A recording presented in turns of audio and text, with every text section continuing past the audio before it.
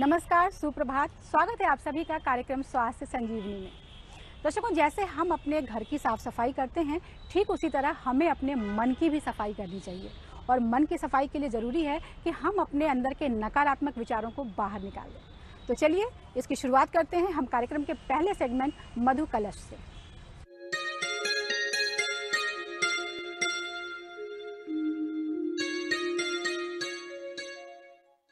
विश्व स्तर पर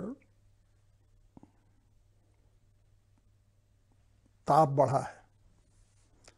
ग्लोबल वार्मिंग को लेकर के वैज्ञानिक और विद्वान बहुत चिंतित हैं। ऋतु चक्र गड़बड़ा गया है।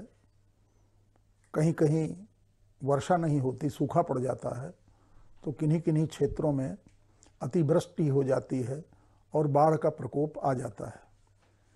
सामान्य जनजीवन भी काफ़ी आहत रहता है। वायु प्रदूषित है इस सीमा तक कि तमाम तरह की श्वास जनित बीमारियां बढ़ी हैं। जल प्रदूषित है इस सीमा तक कि बहुत कम क्षेत्रों में शुद्ध जल दिखाई पड़ रहा है। तो पहले वायु का प्रदूषण, फिर जल का प्रदूषण, फिर हमारी दिनचर्या के कारण ध्वनि का प्रदूषण। तो प्रकृति के सारे घटक अस्त व्यस्त हो रहे हैं हमारी जीवन शैली के कारण। प्राचीन जीवन शैली की विशेषता है कि हम प्रकृति से उतना ही लेंगे जितना हमारे लिए जरूरी होगा। गांधी जी ने कहीं लिखा है कि प्रकृति हमको हमारी आवश्यकताओं के अनुसार सब कुछ उपलब्ध करा सकती है, लेकिन हमारी हवस, हमारी भूख नहीं शांत कर सकती। हम मनुष्य प्रकृति का दोहन,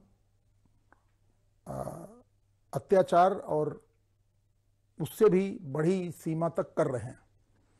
नदियों का दोहन, पानी का दोहन, और नदियों में, भारत की ज़्यादातर नदियों में विषाक्त कूड़ा करकट भरा हुआ है।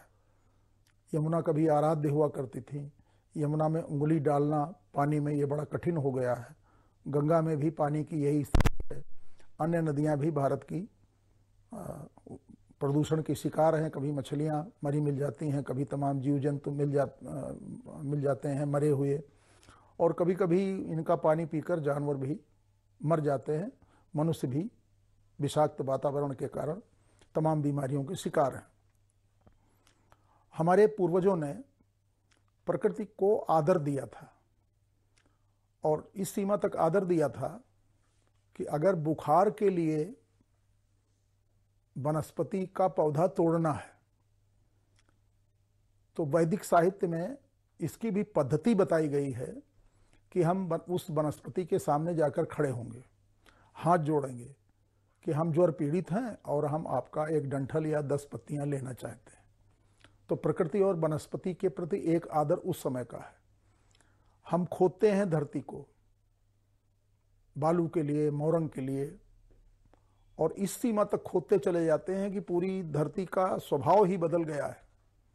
कहाँ पर धरती में भीतर ऊष्मा है, कहाँ पर पानी है, इस पूरे चक्र को हमने तहस नहस कर दिया है। और हमारे वैदिक साहित्य में प्रार्थना की गई पृथ्वी से कि हे पृथ्वी माता, हमारे घर में मंगल काम है, आज यज्ञ है, हमने उसके लिए आपको खोदा है और हम अतिशीघ्र इस स्थान को भर देंगे। और फिर प्रार्थना है देवताओं से कि आप पानी बरसाइए, हमने धरती का ये भाग खोदा था, इसमें फिर से दूब और घास उगानी चाहिए।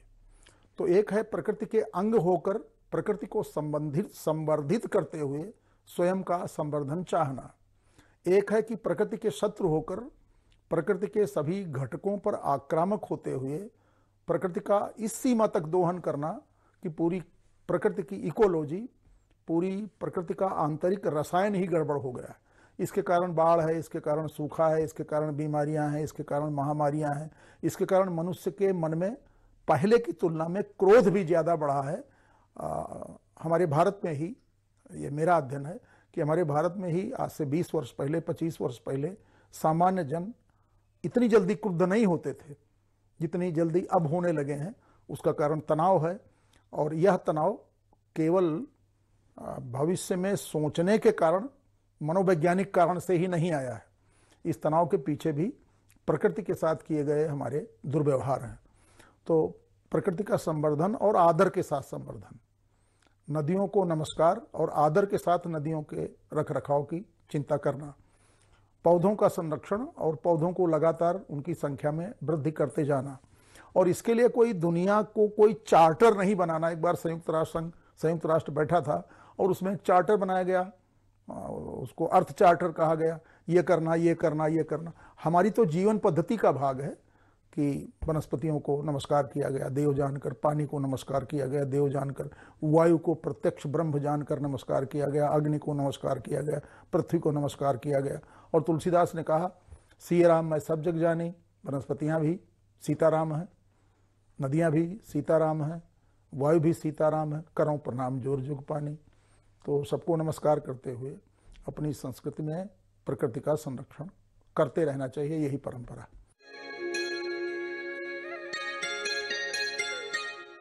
दर्शकों, आज कार्यक्रम में हम जिस विषय पर चर्चा करने वाले हैं वो है माइग्रेन। माइग्रेन एक ऐसी समस्या है जिसमें व्यक्ति को असहनीय सर दर्द होता है और इस दर्द से बचने के लिए वो दर्द निवारक गोलियों का सेवन करते हैं, जिनके बहुत से साइड इफेक्ट भी होते हैं। लेकिन हम किस तरह से वैकल्पिक चिकित्सा को अपनाकर माइग्रेन पर काबू पा सकते हैं, इसके लिए हमें देखना होगा हमारा सेगमेंट वैकल्पिक चिकित्सा।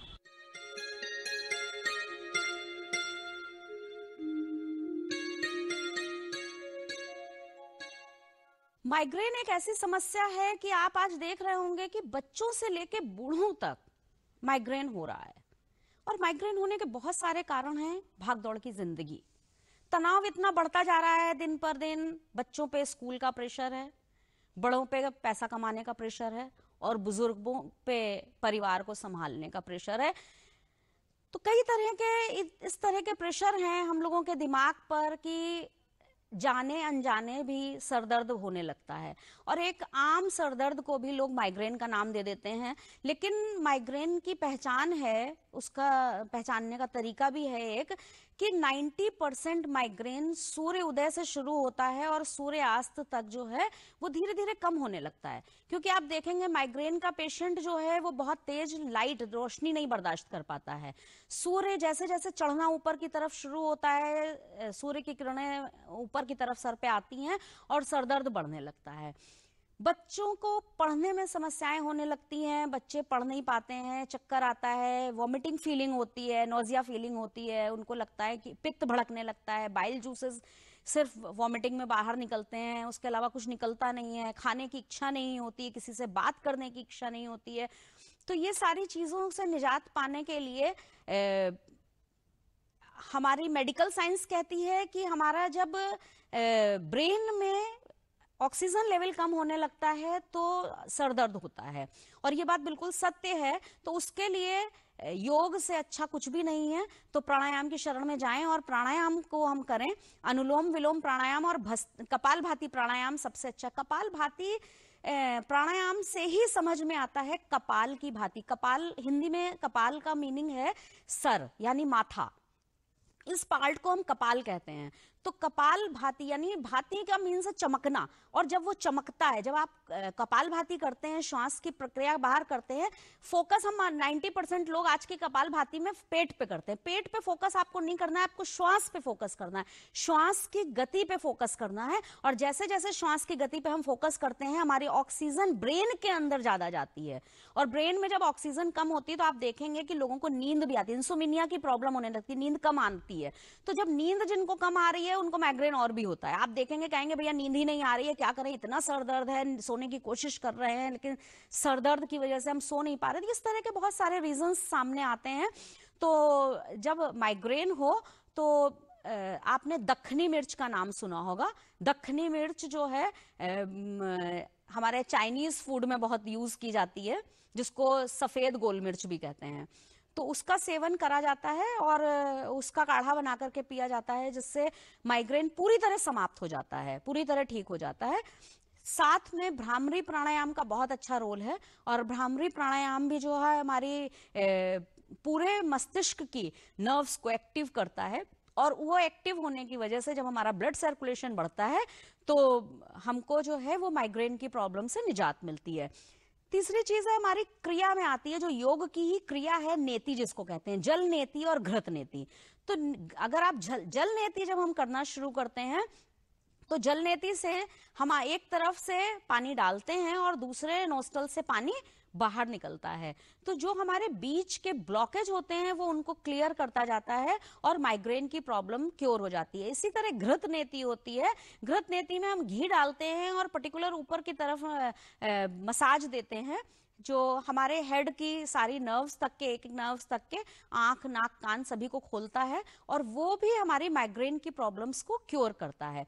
तो दखनी मिर्च का तो बहुत बड़ा रोल है ही है माइग्रेन में। साथ में अगर आप पहले आपने सुना होगा कि पहले के समय में गेहूं जो होता है उसको भून करके घी में, देशी घी में भूना जाता है, पेस्ट बनाया जाता है और उसको दूध में उबाल करके एक तरह का खीर टाइप का बनाया जाता है और उसको सिर्फ 2 चम्मच सुबह सुबह अगर आप पिलाना शुरू कर दें माइग्रेन के पेशेंट को, तो आप देखेंगे कुछ ही दिन में माइग्रेन ठीक हो जाता है।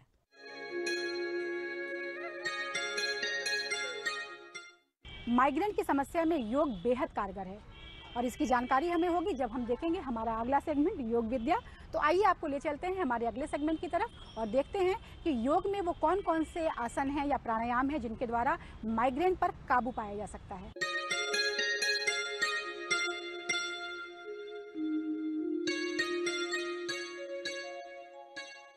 माइग्रेन पे नियंत्रण करने के लिए हम कुछ इसमें आसन प्राणायाम के माध्यम से हम इसको काफ़ी कंट्रोल कर सकते हैं। इसमें विशेष लाभ होता है माइग्रेन में अनुलोम विलोम प्राणायाम से। आप न्यूरो सिस्टम को नियंत्रित करता है हमारा अनुलोम विलोम प्राणायाम। इसमें दाई नासिका से शुरू करेंगे, गहरी लंबी सांसें लेंगे, बाई नासिका से गहरी लंबी सांसें लेंगे, बाई नासिका बंद करेंगे, दोनों स्वर चलाएंगे, अनुलोम विलोम प्राणायाम, और फिर बाई से छोड़ेंगे। जिस स्वर से छोड़ेंगे उसी स्वर से गहरी सांसें भरेंगे। इसमें आसन हमें करना है। माइग्रेन की समस्या में काफी नियंत्रण होता है अनुलोम विलोम प्राणायाम से, पूरा आपका न्यूरो सिस्टम सही होता है। दूसरा इसमें कुछ आसन करेंगे हम लोग। आसन में हम करेंगे, दोनों पैर खोल लीजिए, पश्चिमोत्तानासन। इसमें ऐसे आसन करेंगे जिसमें कि हमारा ब्लड सर में जाए। सांस भरते हुए दोनों हाथ ऊपर करेंगे, सांस छोड़ते हुए आगे झुकिए, पंजे पकड़ेंगे, सर को नीचे की ओर करेंगे। थोड़ी देर तक इसी पोजीशन में बैठे रहेंगे। सांस भरते हुए ऊपर। इस क्रिया को 3 से 4 बार प्रतिदिन करना है। एक और आसन शशांक आसन। दोनों पैर मोड़ के बैठ जाइए, दोनों घुटने में गैप करेंगे, हाथों को दोनों घुटने के बीच में करेंगे। सांस छोड़ते हुए आगे जाएंगे, ठुड्डी को जमीन से लगाएंगे, थोड़ी देर तक इसी पोजीशन में बैठेंगे। सांस भरते हुए धीरे धीरे बीच में जाइए। एक बार फिर से करेंगे, सांस छोड़ते हुए,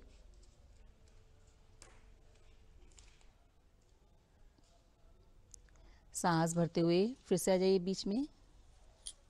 इस आसन को भी, शशांक आसन को 3 से 4 बार प्रतिदिन करेंगे। लेट जाएंगे। शवासन में भी माइग्रेन में विशेष लाभ होता है। पीठ के बल लेट जाइए। उत्तान पाद आसन दोनों पैरों से करेंगे। सांस भरते हुए दोनों पैरों को ऊपर करिए 45 डिग्री तक और ऊपर। थोड़ी देर तक इसी पोजीशन को होल्ड करेंगे। सांस छोड़ते हुए नीचे आ जाइए। सांस भरते हुए फिर से ऊपर, सांस छोड़ते हुए नीचे। उत्तान पाद आसन को भी हम 3 से 4 बार करेंगे। सांस भरते हुए बाईं करवट लेके फिर से उठ के बैठ जाइए। अनुलोम विलोम प्राणायाम और भ्रामरी प्राणायाम। माइग्रेन की समस्या में भ्रामरी प्राणायाम भी विशेष लाभदायक है। कान बंद कर लेंगे, अंगूठे से कान बंद करेंगे, उंगलियों से आंखें बंद करेंगे, तर्जनी को माथे पे रखेंगे और मुंह बंद करके ओंकार का उच्चारण करेंगे। इस एक ध्वनि आएगी जो आपके ब्रेन को नर्व्स को, न्यूरो सिस्टम को थोड़ा सा कंट्रोल करेगी।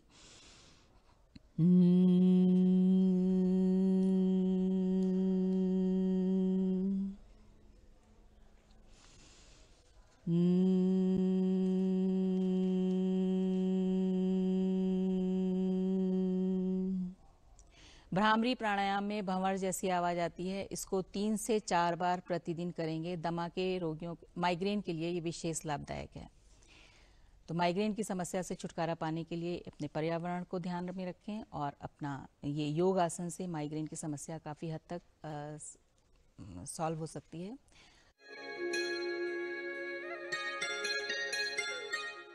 दर्शकों, माइग्रेन के बारे में हमें ज़्यादा जानकारी नहीं होती, बस हम ये समझते हैं कि एक साधारण सा सर दर्द है और इससे बचने के लिए हम दर्द निवारक दवाओं का सेवन भी करते हैं। लेकिन माइग्रेन को समझना बहुत ज़रूरी है ताकि हम इसकी सही चिकित्सा कर सकें, और ये जानकारी हमें मिलेगी हमारे अगले सेगमेंट चिकित्सकीय दृष्टिकोण में।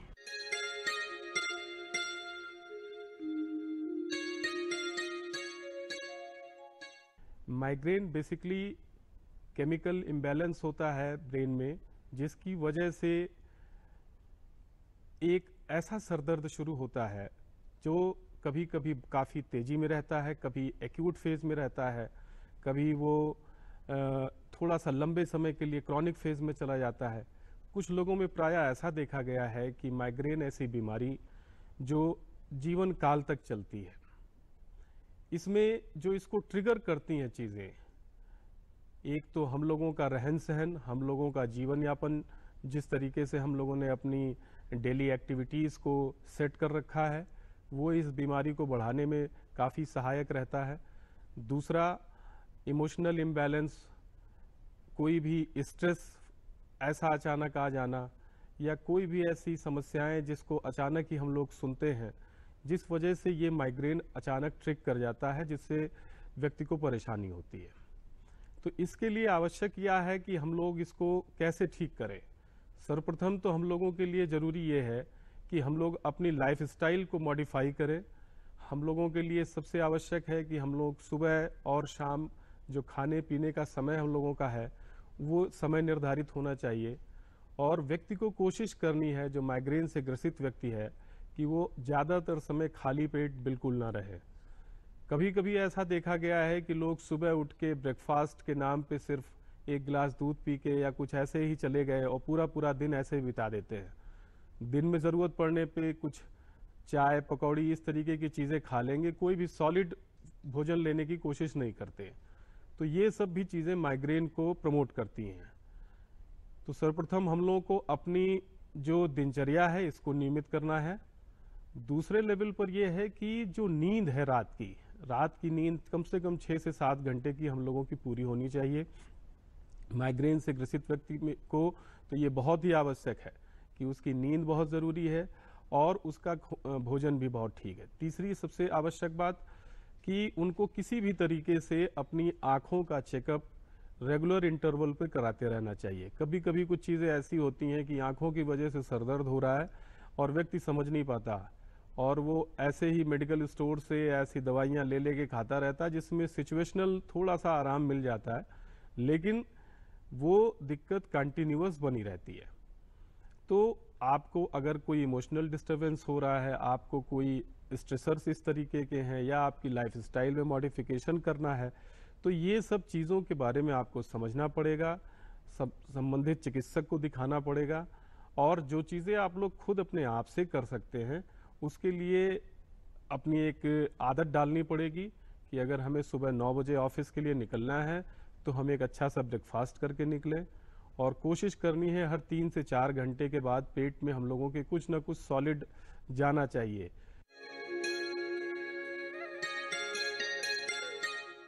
हमारे आहार विहार का क्या संबंध है माइग्रेन से? वो कौन से भोज्य पदार्थ हैं जिन्हें लेने से हम माइग्रेन की समस्या पर नियंत्रण पा सकते हैं? यही जानकारी दे रहा है हमारा अगला सेगमेंट, आहार निरूपण।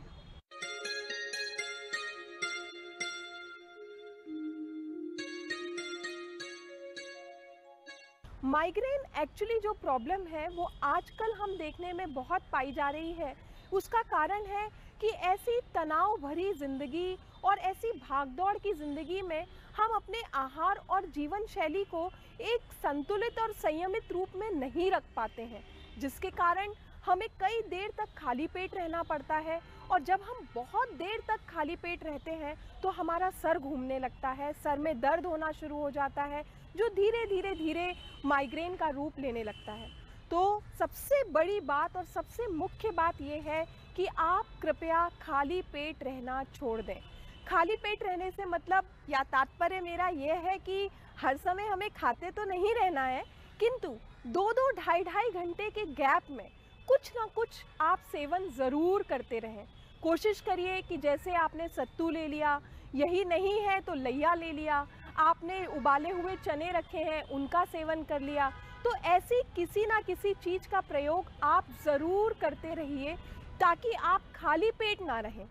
फिर जो बहुत मीठी चीज़ें हैं जैसे स्ट्रॉन्ग कॉफ़ी, कड़क चाय, उसके अलावा जो आपका सोडा है या शुगर बेस्ड ड्रिंक है या आजकल जो चॉकलेट खाने का प्रचलन है, ये भी माइग्रेन को ट्रिगर करता है।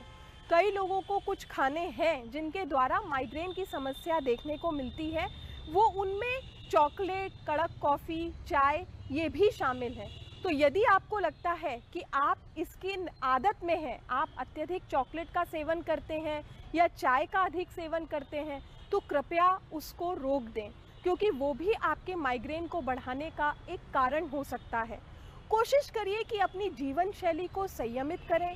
थोड़ी थोड़ी देर में, जिसे हम कहते हैं 5 मील वाला आहार, उसकी तरफ आप ज़्यादा जाएं। 5 मील का मतलब क्या हुआ? जैसे सुबह के आपने एक चाय ले ली बिस्किट के साथ, फिर आपने नाश्ता किया, फिर 10-11 बजे आपने कुछ भी हल्का फल ले लिया या आपने तरल पदार्थ के रूप में मट्ठा है, नींबू पानी है, सत्तू का घोल है, कुछ इस तरह की चीज़ ली। फिर आपने अपना आहार किया। आहार के बाद 3-4 बजे के करीब फिर आपने हल्की सी चाय, माइल्ड चाय और 2 बिस्किट ले ली। फिर आपने कुछ हल्का सा नाश्ते में ले लिया, जो घर के अमूमन हमारे देशी नाश्ते होते हैं, मटर चूड़ा है या आपका सत्तू है, कुछ इस तरह की चीज़ आपने फिर ले ली। उसके बाद आपने क्या किया, रात का खाना लिया और सोते समय हो सके तो 1 गिलास दूध लिया, जिससे कि आपकी पूरे दिन की जितनी ज़रूरत है वो संयमित हो पाए। बीच बीच में पानी का इंटेक आपको अधिक रखना है, क्योंकि जब शरीर डिहाइड्रेट होता है तब भी माइग्रेन की समस्या में काफ़ी बढ़कर आता है। कुछ लोग इस्तेमाल करते हैं पिपरमिंट का। पिपरमिंट जो होती है या मिंट होती है, इसके कारण भी माइग्रेन की काफ़ी समस्या होती है। कुछ खाने जिनमें हम देखते हैं कि बहुत अधिक अरोमेटिक फूड जिसे हम कहते हैं, जिसमें बहुत ज़्यादा अरोमा होता है, खुशबू होती है, वो भी कई बार लोगों को माइग्रेन के दर्द में कारण बन जाती है। तो ये आपको ज़रूर देखना होगा कि ऐसी कौन सी चीज़ें हैं जो आपके माइग्रेन के दर्द को बढ़ाती हैं और जिनके सेवन से हमको पर्टिकुलरली उसी समय अटैक आता है। तो आप इन सब चीज़ों से दूर रहिएगा और इसका बेसिक प्रिंसिपल माइग्रेन में जो सबसे कामगार इलाज है वो ये है कि आप छोटे छोटे अंतराल में कुछ ना कुछ ज़रूर लेते रहिए। और दर्शकों, हमें उम्मीद है कि हमारे आज के इस कार्यक्रम में जो जानकारी आपको दी गई है आपको पसंद आई होगी और आप इसका लाभ भी उठाएंगे। और इसी के साथ कार्यक्रम का समय समाप्त हो चला है, तो चलने से पहले हम आपको अपना पता बता दें। हमारा पता है प्रस्तुतकर्ता स्वास्थ्य संजीवनी, कमरा नंबर 204, दूरदर्शन केंद्र, 24 अशोक मार्ग, लखनऊ। पिन संख्या है 226001। और अब हमारी पूरी टीम को दीजिए अनुमति। नमस्कार।